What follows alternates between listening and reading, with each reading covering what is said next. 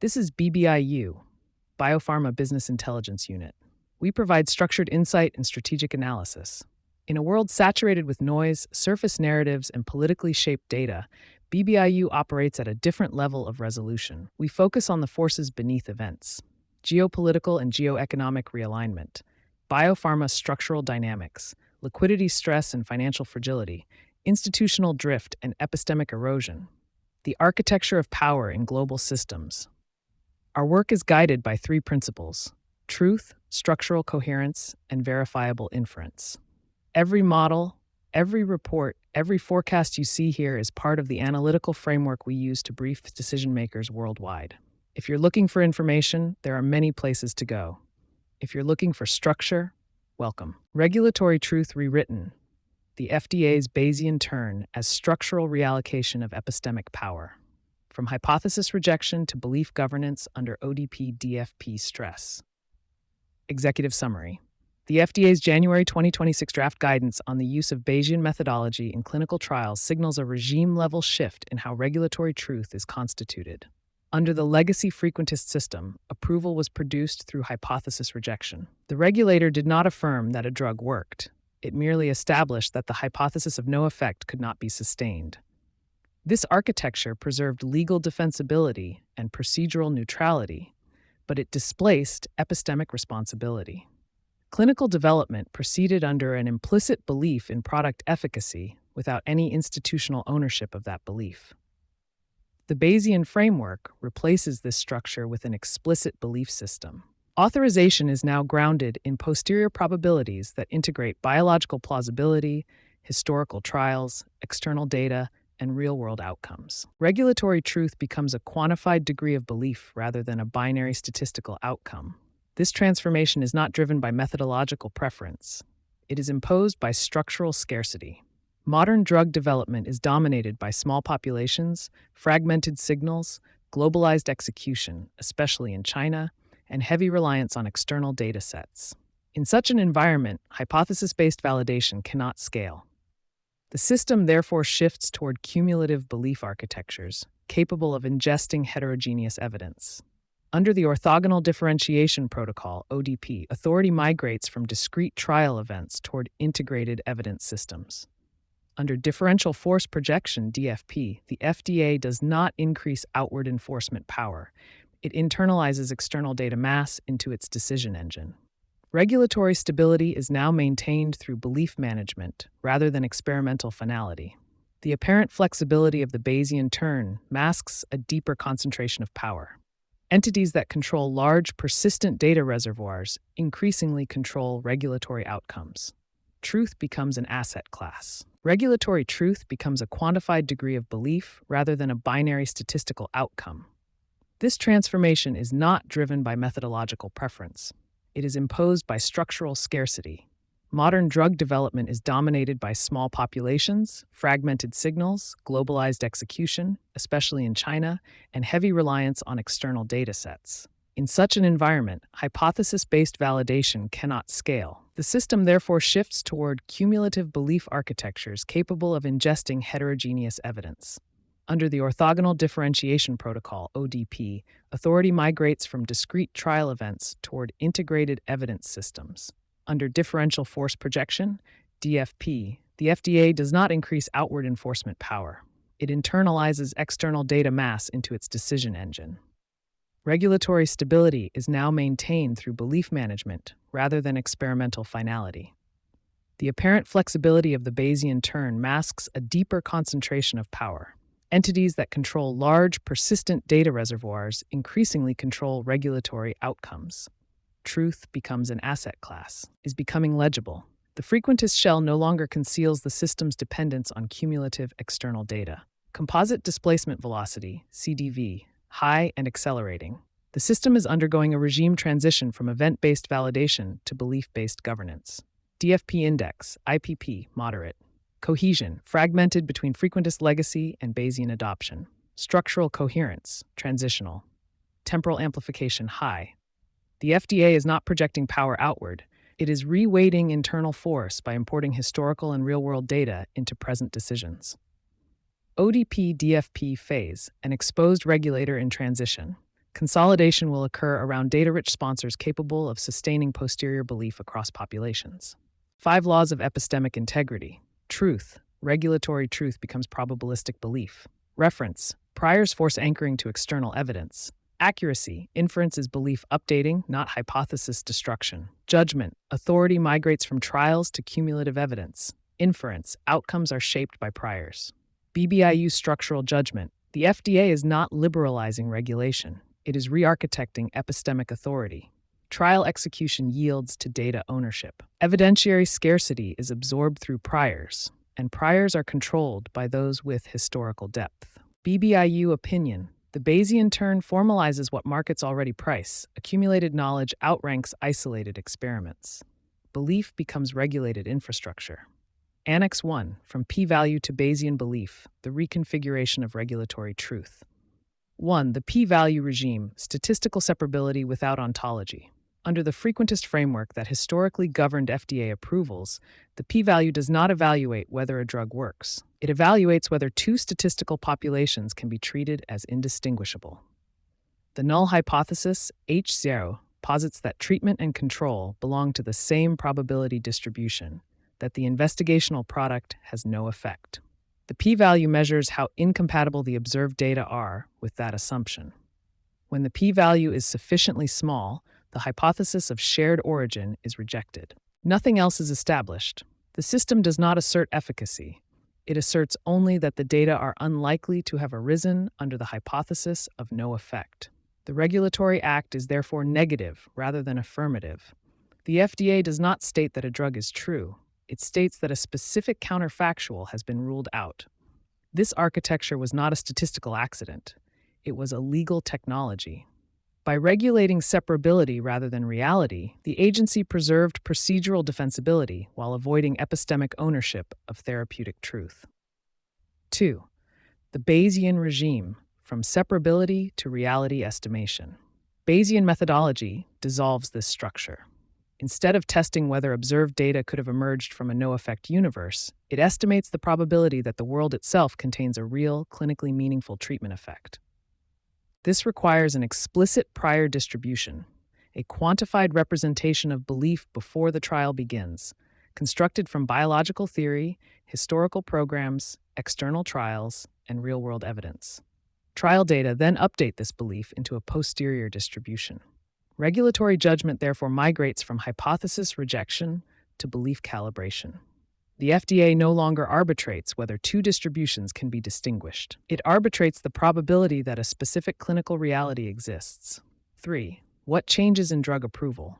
Under the p-value regime, a program could achieve regulatory success through minimal separability. A marginal result, e.g. p equal 0.49, could authorize a drug even if the estimated effect was unstable, context-bound, or clinically weak. The system only required that the placebo universe be excluded. Under a Bayesian regime, that same dataset may yield a posterior probability that the drug exceeds a clinically meaningful benefit threshold of only 40 to 60%. Such a belief state is not regulatory credible, even though it would have passed under the old framework. Conversely, small or externally controlled programs can produce high posterior belief if their prior and likelihood align across biological, historical, and real-world dimensions.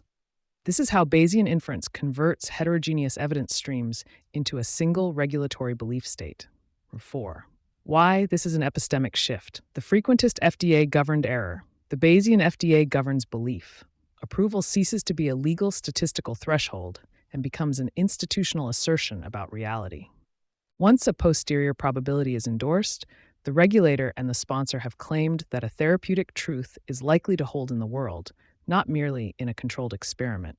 This produces traceable epistemic responsibility. When drugs fail post-approval, the relevant question is no longer whether a p-value crossed a line, but why a belief state was constructed as it was. 5. Structural consequence. The p-value regime allowed the FDA to remain ontologically neutral.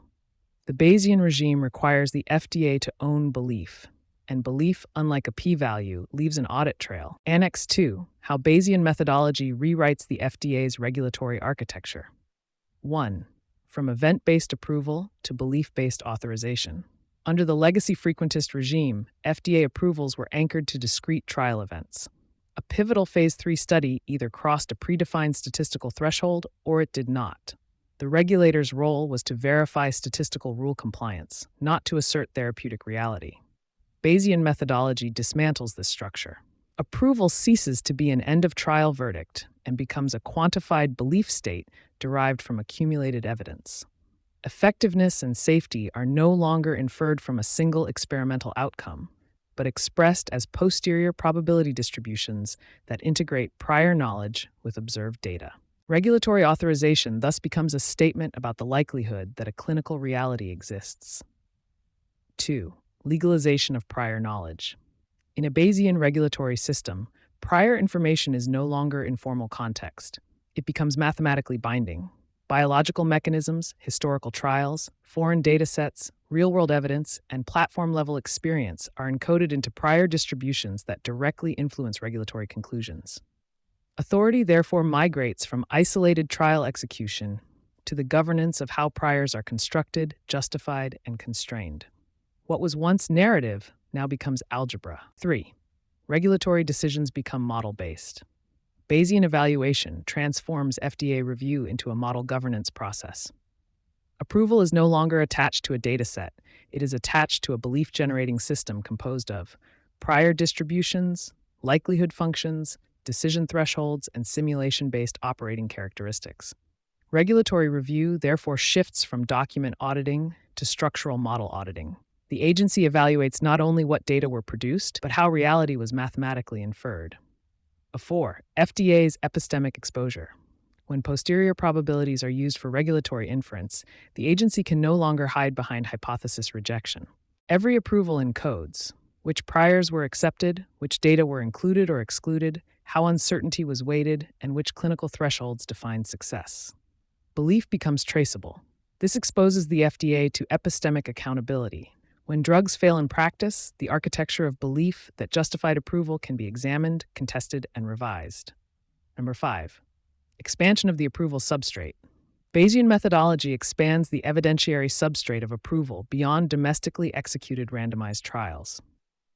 Registries, foreign studies, claims databases, and real-world clinical use can all contribute to posterior belief. Regulatory truth becomes a property of a global, cumulative data ecosystem rather than a single controlled experiment. The approval boundary dissolves into a continuous evidentiary field. 6. Structural consequence. The FDA does not become more permissive. It becomes more exposed. Regulation shifts from rule enforcement to belief governance. Power concentrates where data are deep, persistent, interoperable, and historically anchored. Evidence ownership becomes regulatory leverage. 7. From post-marketing surveillance to continuous epistemic accounting. Under the frequentist system, approval functioned as an epistemic endpoint. Post-marketing data were compliance signals, not part of the original truth claim. In a Bayesian regime, this separation collapses. Every new stream of pharmacovigilance, claims, or registry data updates the same belief state that produced approval. Authorization becomes provisional rather than final. If real-world use degrades the posterior, the priors and assumptions that justified approval become retrospectively auditable. Pharmacovigilance becomes live regulatory evidence. 8.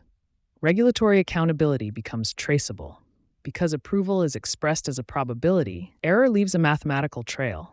Discrepancies between predicted and realized outcomes force review of priors, assumptions, and data inclusion rules. The system moves from episodic adjudication to continuous belief accounting. 9. Net effect. Bayesian authorization converts drug approval from a legal milestone into a continuously revisable truth claim. Power shifts from trials to data capital, from events to models, from statistical thresholds to auditable belief. This is not a technical upgrade. It is a redefinition of regulatory authority. Annex 3, when the Bayesian regime enters into force. 1. Formal status. The FDA's move toward Bayesian methodology in drug and biologic trials exists today as agency guidance and programmatic practice, not as a binding statute or regulation. Under FDA Good Guidance Practices, 21 CFR 10.115, guidance documents express the agency's current thinking. They do not impose legal obligations, but they define how reviewers evaluate protocols, analyses, and evidentiary sufficiency in practice. This means the Bayesian regime does not switch on at a single legal moment. It enters through review behavior. 2. How FDA guidance becomes operational. In FDA governance, a guidance becomes operational through a predictable institutional pathway. Agency publication of a draft guidance or framework, public comment and internal consolidation, final guidance issuance, reviewer alignment in IND, NDA, and BLA interactions. Once final guidance is issued, it becomes the de facto rulebook for what is considered an acceptable design, analysis, and evidentiary strategy, even though it remains formally non-binding. This is how FDA governs, not through statutes, but through review standards. 3. Practical timing. There is no statutory deadline for the finalization of any FDA guidance. However, historically, complex methodological guidances are typically consolidated within 1 to 2 review cycles after draft release.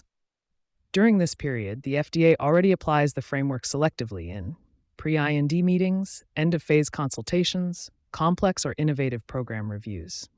Operational adoption therefore begins before formal finalization. 4. The dual regime phase. During transition, the FDA operates in 2 epistemic regimes at once. Frequentist logic governs most legacy and high-volume programs. Bayesian logic governs programs where populations are small, evidence is heterogeneous, or global data must be integrated. This overlap phase is not a technical inconvenience. It is where belief architecture is renegotiated through acceptance of priors, borrowing of external data, use of real-world evidence, RWE, model-based decision rules. Regulatory truth is being repriced in this interval. 5. Why this transition matters for real-world evidence. Classical Phase 3 trials operate in artificial populations, strict inclusion and exclusion, controlled comorbidities, forced adherence, limited heterogeneity. They generate clean p-values but weak population representativeness. In a Bayesian regime, trials become one observation inside a larger evidentiary universe. Post-marketing pharmacovigilance, registries, claims data, and electronic health records update the same posterior belief that produced approval. Regulatory truth, therefore, does not freeze at approval. It evolves with real-world use. FDA oversight shifts from episodic authorization to continuous epistemic monitoring. 6. Accountability in a Bayesian timeline. When approval is expressed as a probability, every divergence between predicted and observed outcomes forces a re-examination of the priors that were used, the data streams that were weighted, the assumptions embedded in the model. This replaces legalistic thresholding with traceable belief accountability. 7. BBIU case example. When a strong signal fails. Bayesian portability. The BBIU analysis strong clinical signal, inconsistent public disclosure in an NEJM Phase 3 trial, illustrates exactly why this transition matters. That case involved a Phase 3 trial with a strong internal statistical signal, but executed entirely within a single national clinical ecosystem, with limited external verification and no independent replication. Under the p-value regime, such a program can sustain regulatory credibility because it only needs to show separation from placebo inside its own controlled universe. Under a Bayesian architecture, the same dataset produces a fragile belief state. The likelihood may be strong, but the prior is thin, and the posterior becomes highly sensitive to new data from foreign registries, pharmacovigilance, and real-world use. This is the vulnerability BBIU identified, not weak biology, non-portable evidence architecture. 8. Net conclusion. The Bayesian regime is not a date-triggered reform. It is a structural transition that is already shaping how trials are designed, how data are weighted, how approval credibility is constructed. Once Bayesian belief governance becomes the dominant review standard, FDA authorization ceases to be a terminal statistical event. It becomes a continuously updated belief state, aligned with real-world medicine rather than trial-bounded fiction. If your organization requires structural clarity, BBIU is available for private briefings and strategic analysis. To initiate contact, visit biopharmabusinessintelligenceunit.com and reach out through the Institutional Access channel.